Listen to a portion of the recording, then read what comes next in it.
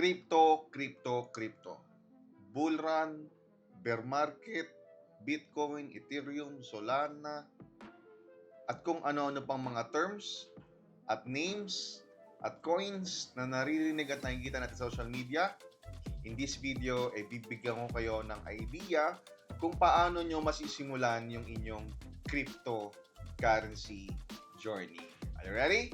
So make sure subscribe ka na dyan, like this video, comment ka sa baba kung yung mga questions mo so that yan ang itatopic natin sa mga susunod na video natin. So paano? Let's start! Woo! Bam!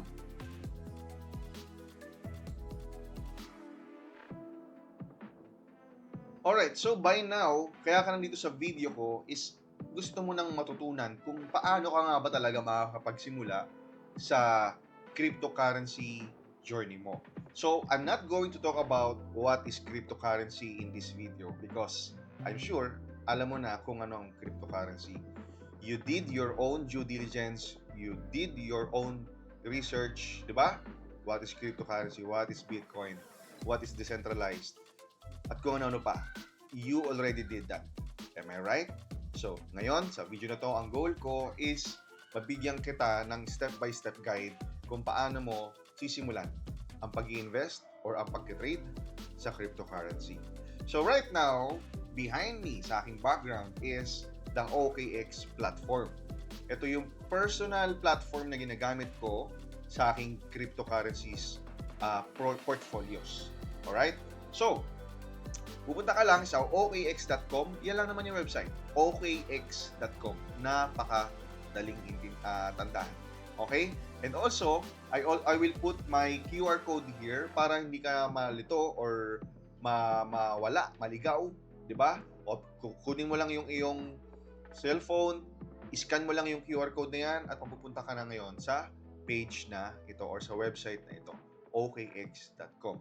So, first things first, kailangan gumong mag-sign up or gumawa ng account, mag-open ng account dito sa OKX. So, dito sa upper right, makikita mo dyan yung sign up button. Click mo lang yan and then mapupunta ka na rito. So, just answer this. Click mo lang yan. Next, lagay ka na ng email kung saan anong gagamitin mong email for your OKX account. And then, referral code. Optional naman yan. Pero since pinapanood mo na ako, bigyan kita ng magandang referral code para magkaroon ka ng mga exclusive perks and benefits sa iyong crypto journey. So, ilagay mo lang dyan, crypto lifestyle. So, kapag ginamit mo yung referral code na yan, magkakaroon ka ng mga discounts sa mga fees like withdrawal fees or deposit fees, trading fees. And then, click mo lang yung sign up. So, meron pala dito susolve mo lang yung puzzle. So, i-drag mo lang siya dyan. Yun. Yan. So, magsisend sila ngayon ng OTP dun sa email na ipinasa mo para lang ma-verify nila na hindi ka bot. 390562. And then, lagay mo lang yung cellphone number mo. Alright. And then, dire-diretso mo lang yun hanggang sa maarating ka na dito. Nakagawa ka na ng account mo. Okay? And then, syempre, agree ka lang dito. Confirm. And then, maglagay ka ng mga passkey pero hindi mo natin gagawin dito yan. Pero kapag ginawa mo ito sa sarili mo gagawin mo yung mga yan. Lalo na itong identity verification. Click mo lang yung verify now. So, ang unang ilalagay mo dito is ito yung individual verification kasi hindi ka naman institution, di ba? Verify identity. So, tuloy-tuloy lang to. I-follow mo na. So, hindi ko na itutuloy-tuloy to kasi syempre meron na ako sa sarili ko. Okay? So, kailangan mo dito ay sa cellphone mo, i-verify kasi nila yan, magsi-selfie ka. And then, lagay mo yung mga personal details mo. Mag-upload ka rin ng ID mo. Okay?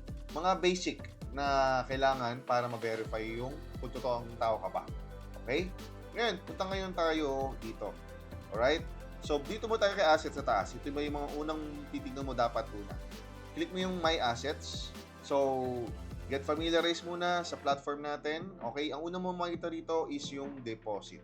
So, ang unang mong gagawin is paano ba natin lalagyan ng pera yung ating crypto wallet or itong OKX account natin. So, click mo tong deposit kasi syempre kailangan natin ng funds dito para magamit natin yung pera na yon para mapang-trade or mapang-invest sa mga crypto. Unfortunately, hindi natin matuloy dahil hindi pa verified ako dito. So, ang gagawin ko is maglalagin na lang ako dun sa sarili kong account. para talagang mapakita ko sa inyo yung gagawin. So, ito guys, ito na yung aking personal na OKX account. Okay, makita nyo dyan, identity verification, verified na yan. Okay, the lifestyle trader, yan yung picture ko. Okay, so, ayun, nakakatuwa. Namumula ang aking portfolio. Okay? Pero ipapaliwanag ko sa inyo yan. Okay? Hindi naman ako at loss talaga actually. No? Kasi makita mo dyan yung today's PNL, okay, is negative 31 USDT. Okay? 0.55% lang yan ang kabuuang portfolio ko. Ang kubo ay, naku, na-expose ko pala. Anyway, ang pera ko dito sa OKX ay 5,626 USDT. Okay? Or US dollars. So, that's around mga magkano ba yan? Mga nasa mahigit kumulang 300,000 pesos. So, ngayon, paano nga ba tayo nag-deposit dito? So, una is, click mo yung asset and then click mo yung deposit para makita natin yung mga options natin kung paano tayo makakapag-deposit dito. Okay? So, una, pipili ka dito ng USDT, pili ka ng network, okay? Kung anong, eto, pipili mo palang deposit ito kapag ang gusto mong way of deposit is manggagaling sa ibang crypto wallet. Okay? Pero since, let's say, first timer ka nga talaga at wala ka pang alam kung paano talaga mag-deposit, hindi ito yung dapat mong gawin. Okay? Dito ka sa upper left, buy crypto. And then, pili mo yung P2P trading. Yan. P2P meaning person to person. Okay? So, bibili ka sa ibang trader din ng OKX. Yung mga kasi syempre, gusto nila lang gawing peso yung kanilang crypto, kaya ibibenta nila. So, merong seller, merong buyer. Tayo yung buyer. So, halimbawa, bibili ka dito. Magkano sa peso ang babayaran mo? Halimbawa, bibili ka ng 5,000 worth of USDT. Ito, di ba? USDT. Ang marireceive mo is $90. Okay? So, dito, merong iba't ibang klase ng P2P. So, merong Express, merong P2P. Right now, dito tayo sa Express. Mabilisan, di ba? Try natin to. Okay? Select payment method. And then, pipili ka na sa mga e-wallets na to. Ang ganda kasi meron ng mga ganitong options. Before kasi wala eh. So, kung meron kang Maya, meron kang ShopeePay, GoTime, yan. Okay, you know, meron bang GCash dito? Ayan, meron GCash. Okay, so halimbawa, piliin natin si GCash. Yan, select. And then, ayan na, ganun kabilis. Pipili ka ngayon dito sa mga nagbebenta. So, syempre, pipiliin natin yung may pinakamagandang rate, yung pinakamura. So, ito, 56 pesos. Okay? Per 1 USDT. And then, click mo na yung place order kasi may time limit to. After nyan, mag-iiba na yung presyo. Okay? So, place order. And then, 10. And then, nakakatuwa, itong si Tiger Gas, Arnel Aguilar, siya yung nagbebenta. Okay? Makaka-chat mo siya rito. Okay? Para ma-make sure mo na ano. Pero, ang kaganda kasi dito, lahat naman nagbebenta rito, talagang verified sila. Ayan, no? Oh, sinan niya na yung kanyang QR code. So, diyan mo isi-send yung iyong binayaran na GCash na worth 5,000 pesos. Pagka send mo sa kanya yan, tsaka pag na-verify niya na na-receive niya na yung binayad mo, tsaka niya ipapadala sa'yo yung iyong USDT. Okay?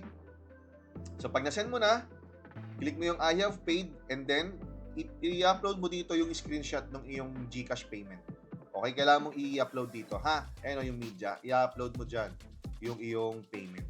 Okay? So, and then meron ka dito 15 minutes para magawa yung proseso. Okay? Pero syempre, hindi na natin gagawin kasi nga for example purposes lang naman to.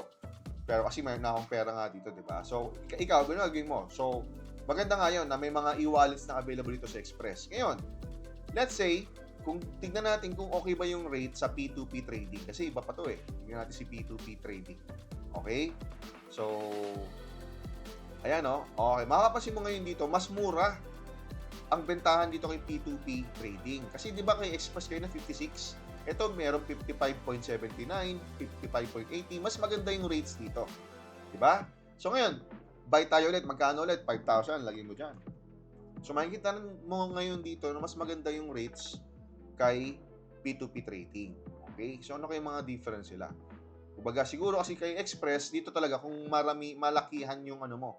Yung ano mo. Dito kasi sa P2P, since individuals nga to, may mga limit. For example, ito, kay Swift Peso Trader, ang available na USDT niya na binibenta niya is 548 lang. E paano kung bibili ka ng 1,000? USDT. So, hindi na pasok sa'yo, di ba? So, yun yung difference niya. So, halimbawa, dito, plus sa all payments method, pwede mo rin piliin yan. Kung gusto mo, GCash lang. Lalabas lahat ng mga nag-offer ng GCash. Ayan, pag GCash talagang mataas. Ito yung kaninang binibila natin kanina, yata, or iba. Okay? And then, kung all nga, mas maganda nga kung all. Ito, Swift Peso Trader, diba? Bawa, ito, mas maganda yung rate niya, di ba? Ang payment method naman niya dito is bank transfer. And then, click mo yung buy. Okay? So, dito, bayaran natin is 5,000 halimbawa. Ang marireceive natin is 89.54. Okay. So, medyo mas mababa pala, no? Kaso, okay. Tignan natin. And then, confirm. Okay. So, ayan. Ita-transfer. Ito na ngayon yung bank details niya. So, siya si Jahaziel. Ayan. Tapos, ito yung account number niya. Ang banko is own bank. So, ipapadala mo sa own bank niya. Ito yung account details. Okay? So, basta guys, itong mga to, mga legit naman ito nagbibenta dahil nasa loob sila ng platform ng OKX. Basta dapat mag-iingat ka sa mga account numbers. Dapat hindi ka magkakamali. Okay? Kasi pag nagkamali ka, kahit na napadala mo naman talaga yung pera, kung hindi nila na-receive dahil may pagkakamali ka, pagkakamali mo yun. So, wala yun. Okay? And then, ganun din, i-upload mo rin dito yung screenshot mo. Tapos sasabihin mo sa kanya na napadala niya. Pagka napadala na, pagka na-verify niya na na-receive niya na nga yung payment mo, tsaka niya ngayon ipapadala yung USDT mo. So, saan mo siya makikita? Punta dito kay assets, papasok siya dito. Punta dito kay may assets, diba? Dito siya papasok kay funding. So, lahat ng deposit, okay, lahat ng papasok na pera at lalabas na pera, dito kay funding. Okay, ito yung allocation na yan, ha? Papaliwanag ko ito ng mabilis. Yung funding, dito nangyayari yung deposit at withdrawal. Funding. Hindi dyan nangyayari yung trading. Kasi nangyayari yung trading dito sa trading. So, kung yung pera mo dito kay funding ay gusto mong ilipat at gusto mong gawin siyang pang-trade or pang-bili ng ibang crypto, ililipat mo yung pera sa funding from funding going to trading. Okay, kaya kung mapasin mo dito yung portfolio ko dito, meron akong $1,819 kay trading, $14 na lang kay funding kasi nilipat ko na kay trading. Ngayon, kay earn naman, ito yung passive income. Yan, wala kang ginagawa. Okay, di ba gusto mo yan, di ba? Kaya, mostly ng funds ko nandito kay earn. Ayan, tingnan mo to, meron akong $3,789 USDT kay earn. So, kumikita siya ng mas malaki kaysa sa bangko. Passive income. Okay? So, yan. I-discuss natin yan ngayon. Okay, huwag kang mag-alala. So, okay tayo sa funding ha. Funding, dito nangyayari, diyan papasok yung binili mong crypto sa ibang tao. So, halimbawa, pumasok na nga halimbawa, paano mo ngayon siya ililipat? Click mo tong transfer. Ito yan, yung transfer. Click mo yung transfer. Dito mangyayari yung transferan ng pera. So, ito, from funding, papunta sa trading. Ilalagay mo ngayon dito kung magkano yung ililipat mo sa trading. So, since ang sagad ko nga dito is 14, di ba? O, let's say, ililipat ko yan sa lahat. O, i-max natin, di ba? O, transfer natin, click transfer, completed. And then, balik tayo doon kay assets. Makikita mo dito ngayon na wala ng pera si funding, na kay trading na. Lumipat na kay trading. Gawin lang kasimple. Okay, ngayon, nakapag-deposit ka na, mayroon na laman ang iyong crypto wallet. Okay, what's next? It's time for you to buy your first crypto. Are you ready? Let's buy your first crypto. Paano? Punta tayo ngayon kay trade. Ayan. So, una pala, from funding, ililipat mo yung pera mo kay trading, di ba? Para makapag-trade na tayo. From USDT, papunta dun sa crypto na gusto mo. So, halimbawa, dito sa trade, okay? Maraming options kung paano ka makakabili ng ibang crypto. Merong convert, merong spot, merong futures, at kung ano-ano pa. But, para hindi ka mahirapan, no? Pinakamadali syempre is convert. Click mo lang yung convert. And then, dito, convert. From the name itself, convert. So, ang pera mo nga ay USDT, di ba? So, piliin mo dito, USDT. Ay, hindi. Baliktad pala. Click mo to. Kasi nakabalik na, di ba? Click mo to. Yan. O, yan. Okay, USDT. Halimbawa, bibili ka. Let's say, first Bitcoin mo. O, first Bitcoin. O, magkano yung pera mo sa, ano mo, na pwede mong ipang trade, di ba? O, meron ako dito available at 227 kasi yung ibang funds ko naka-invest na sa ibang crypto. Okay, so meron akong pwede akong bumili ng worth 100 USD. Yan, ha? Bitcoin. Pag kinlik mo yung preview, Ito yan, pag click mo nang yung convert, papasok na. Okay? Pero hindi ko muna bibilin yan. Okay? And then, so yun yung mga pinakamabilis na na way kung paano magbili. Okay? Ngayon, maganda na makakuha ka ng mas magandang price ng Bitcoin kapag pinili mo naman itong spot. Spot. Click natin itong spot. Okay. Uulitin ko. Pagka totally wala ka pang alam sa trading, piliin mo convert. Pag medyo maalam ka na sa trading, piliin mo yung spot. Okay? Dito tayo kay spot. Dito kasi sa spot, makakita ka na ng mga chart ng candles.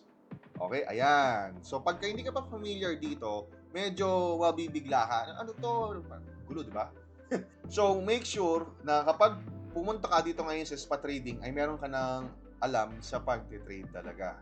So, pero sige, tuturuan na kita dito. Okay? So, wag ka ma-overwhelm sa mga ito.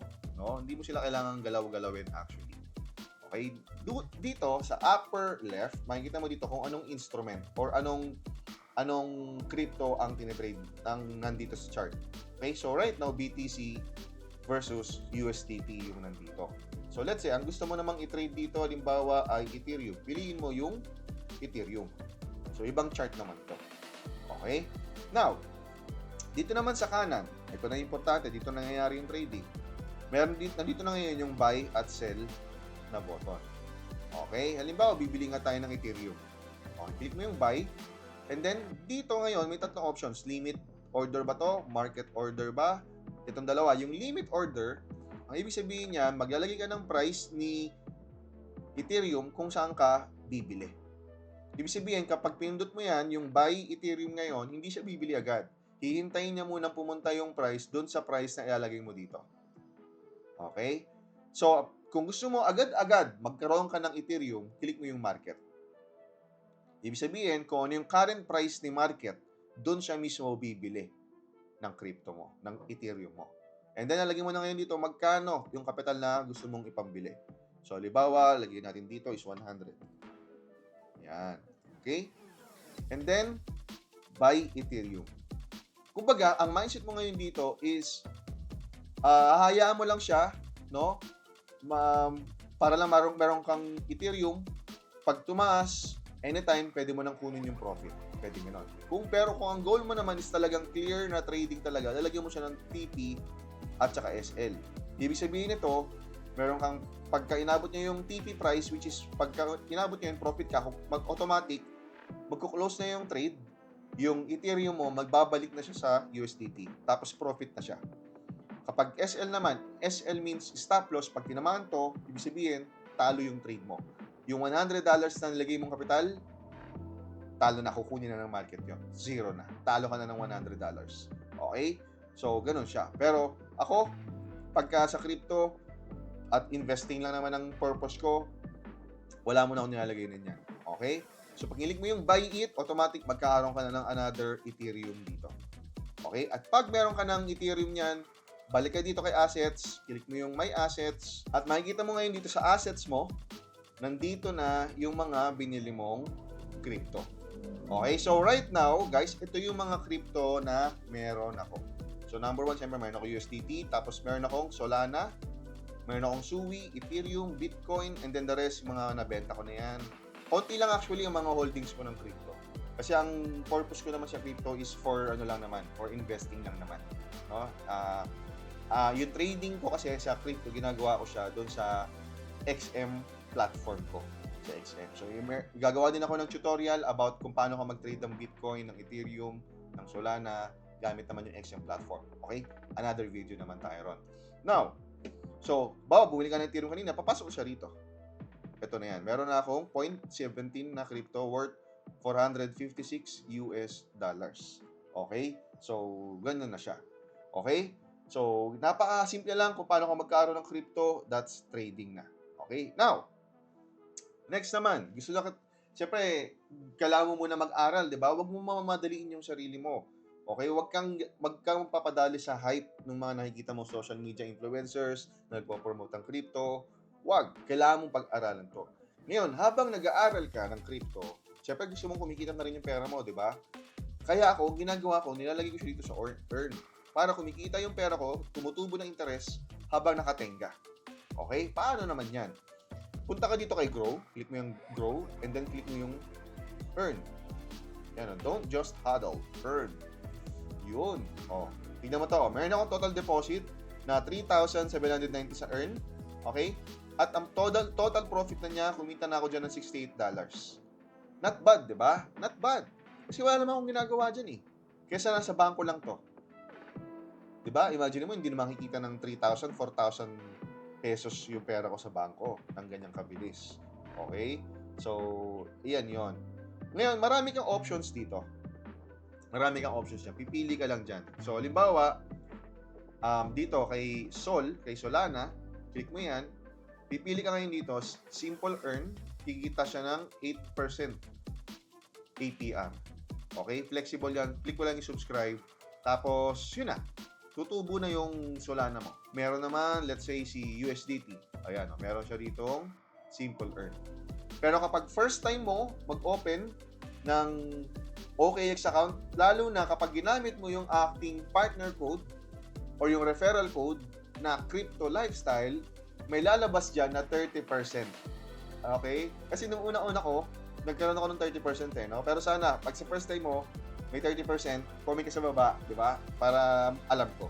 So, ilagay mo lang muna rito sa Earn, pili ka lang ng pagta-transferan mo or kung saan ka mag-subscribe, pili ka lang dyan para kumikita na yung pera mo kahit wala kang ginagawa. Marami pa kasi pwedeng gawin dito. Pwede kang mag-futures. Ito na yung mga mas malulupit na mga trades. Pag alam mo talagang ginagawa sa trading, pwede rin tayong gumawa ng trading bots at kung ano-ano pa. Ito na yung mga next na gagawin nating content dito para mas informed ka at guided ka.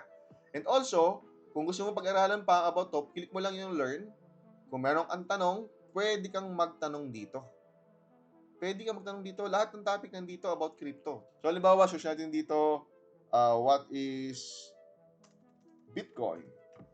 Ayan, marami na article. So, anything na tanong mo about cryptocurrency, for example, ano pa ba? Futures, trading. Yan. Okay? Andito na lalabas dyan yung mga topic. Okay? So, habang wala pa yung ibang content ko about crypto and OKX, dito, pwede ka na do your own research and diligence dito. Alright? So, I guess, for now, ito lang muna kasi masyado nang mahaba yung ating video. Baka antuin ka na, pero sana hindi kayo nantok. Diba? Ayos ba? Natuto ka ba? Diba? Kung natuto ka, let me know in the comments. Diba?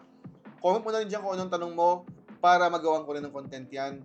And also, kung hindi man nakaka-istorbo, mag-subscribe ka na dyan, like this video, share this to your friends kasi gusto ko talaga mas makapag-share pa ng mas marami pang value sa inyo about crypto. I-share ko sa inyo yung crypto journey ko, kung paano ko napapalago yung pera ko. And tulad ng mga futures trading, trading bots, and also copy trading. Ang alam ko meron din copy trading dito eh. No? Pwede ka makakopya sa iba. Ayan, ito. Spot copy trading. Ayan, sa marketplace. Spot copy trading. Kukopya tayo sa ibang traders. Next content, ito gagawin natin. Spot copy trading. Ayos? Sige. So, paano? Asahan ko yung subscribe mo, asahan ko yung comment mo, and asahan ko na makasama rin kita sa next content natin. So, paano? Simulan mo na yung crypto journey mo. Ciao!